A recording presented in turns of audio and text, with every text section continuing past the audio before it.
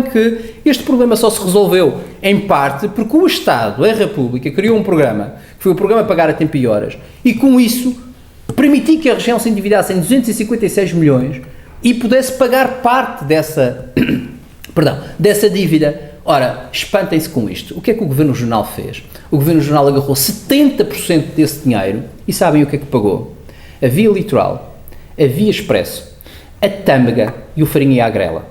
70% deste valor, que devia ser para injetar na economia, que devia de ser para garantir que as pequenas e médias empresas não despedissem pessoas, gastou 70% com a Tâmega, volto a repetir, Farinha e Agrela, Via Litoral e Via Expresso. E a pergunta que hoje tem que se fazer é: o desemprego cresce ou não cresce por causa desta completo desnorte governativo que, infelizmente, vai de encontro a interesses específicos do Governo e não interesses, obviamente, das empresas da Madeira e do emprego da Madeira. E, portanto, nós não vamos ficar calados. É bom que o Sr. Secretário Regional, responsável pela tutela do emprego, quando disser as enormidades que ouvi dizer ontem, a dizer que não sabe o que vai fazer para resolver este emprego, que é uma demonstração, este desemprego, perdão, que é já uma demonstração de incapacidade, o que, se tivesse bom senso e responsabilidade, já não ocupava o lugar que ocupa. É bom que se saiba, e que todos saibam que há medidas do Governo que têm contribuído para o desemprego. Mas não é só. Se isto era grave em 2008, se o Governo da República permitiu mais endividamento para pagar isto e resolver este problema, o Governo Regional não ficou sossegado e hoje o endividamento administrativo voltou a crescer e já está outra vez nos 200 milhões de euros. E, portanto, isto não é neutro para a questão do desemprego.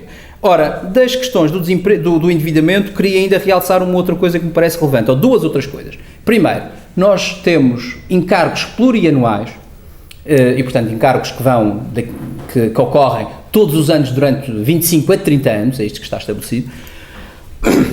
Nós temos encargos plurianuais que atingem por ano, em média, 300 milhões de euros. Ou seja, todos os anos, o orçamento da região, e foi assim em 2008, tem que pagar, durante 25 anos, a diversas entidades, com particular destaque para a Via Litoral, a Via Expresso, cerca de 300 milhões de euros. E, portanto, volto a fazer a mesma pergunta e respondendo diretamente ao Sr. Secretário responsável pela tutela, que infelizmente tem pouca capacidade para entender este fenómeno, que é, se há menos de 300 milhões de euros para pagar a Via Litoral e a Via Expresso, há menos de 300 milhões de euros para ir fazer investimento, para apoiar as empresas e para garantir que não haja um aumento do desemprego. Portanto, a resposta que o Sr. Secretário quer saber está aqui, está na sua governação desastrada, que o Sr. Secretário, infelizmente, ou não conhece, ou não sabe, ou de forma desonesta intelectualmente tenta esconder.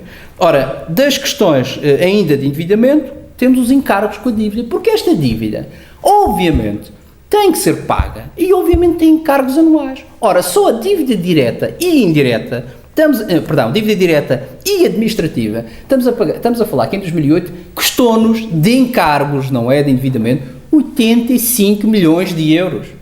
85 milhões de euros foi o que pagamos de juros e de encargos, só de dois tipos de dívida, da dívida direta e da dívida administrativa. E o que eu digo é, além desta dívida, como sabem, há as responsabilidades plurianuais, que acabei de referir que eram 300 milhões, significa que nós, só neste tipo de coisas, gastamos um balúrdio, como se costuma dizer em bom português, para que todos percebam, só em juros e encargos de dívida, demonstrando um regabof na gestão dos recursos públicos.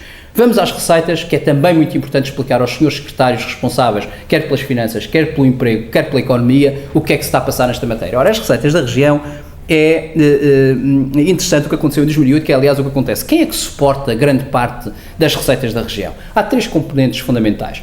Por um lado, as receitas próprias, que são aquelas que nós pagamos, impostos diretos e indiretos.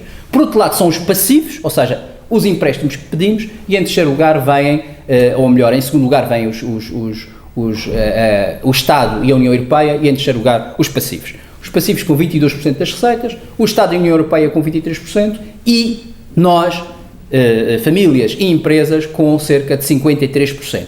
Ora, isto significa que são as famílias e as empresas, além do endividamento, porque o endividamento seremos nós que vamos pagar também, portanto são as famílias e as empresas que pagam este regabof. Somos nós que estamos a pagar este regabof.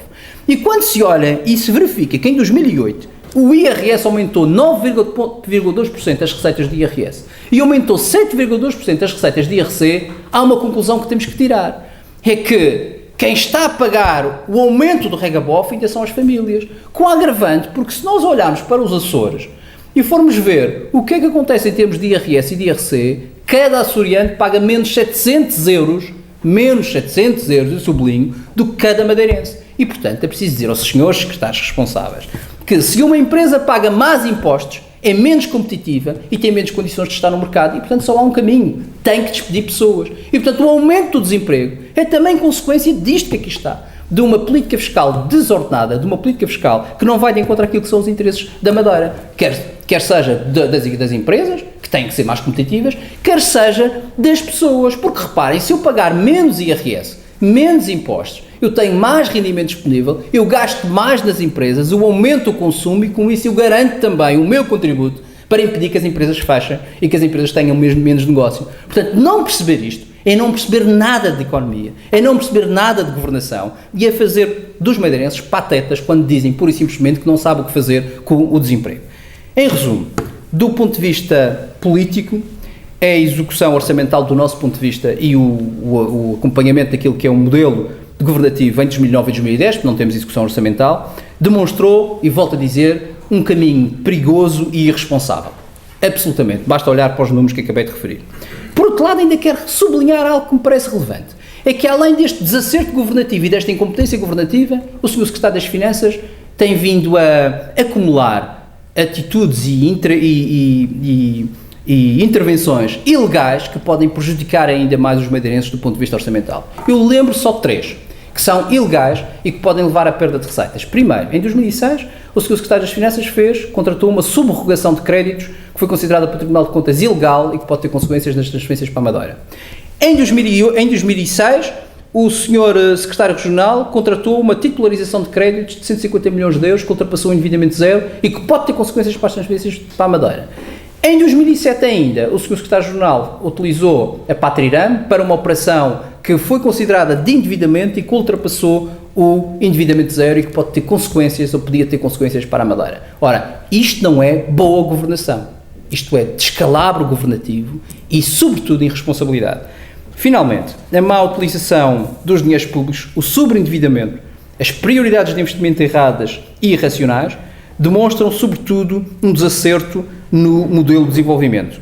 E, sobretudo, o garrote que o Governo Regional impõe às empresas da Madeira e às famílias, traduzido por muitos impostos, traduzido por exemplo, um peso significativo dos custos de transportes, traduzido por uma ausência de estratégias para promover, por exemplo, a internacionalização, traduzido ainda pela falta de transparência nos processos, como nós sabemos, e traduzido por uma lentidão na injeção de dinheiro na economia, porque em 2009 praticamente não houve injeção de dinheiro na economia por parte do Governo Regional de fundos comunitários.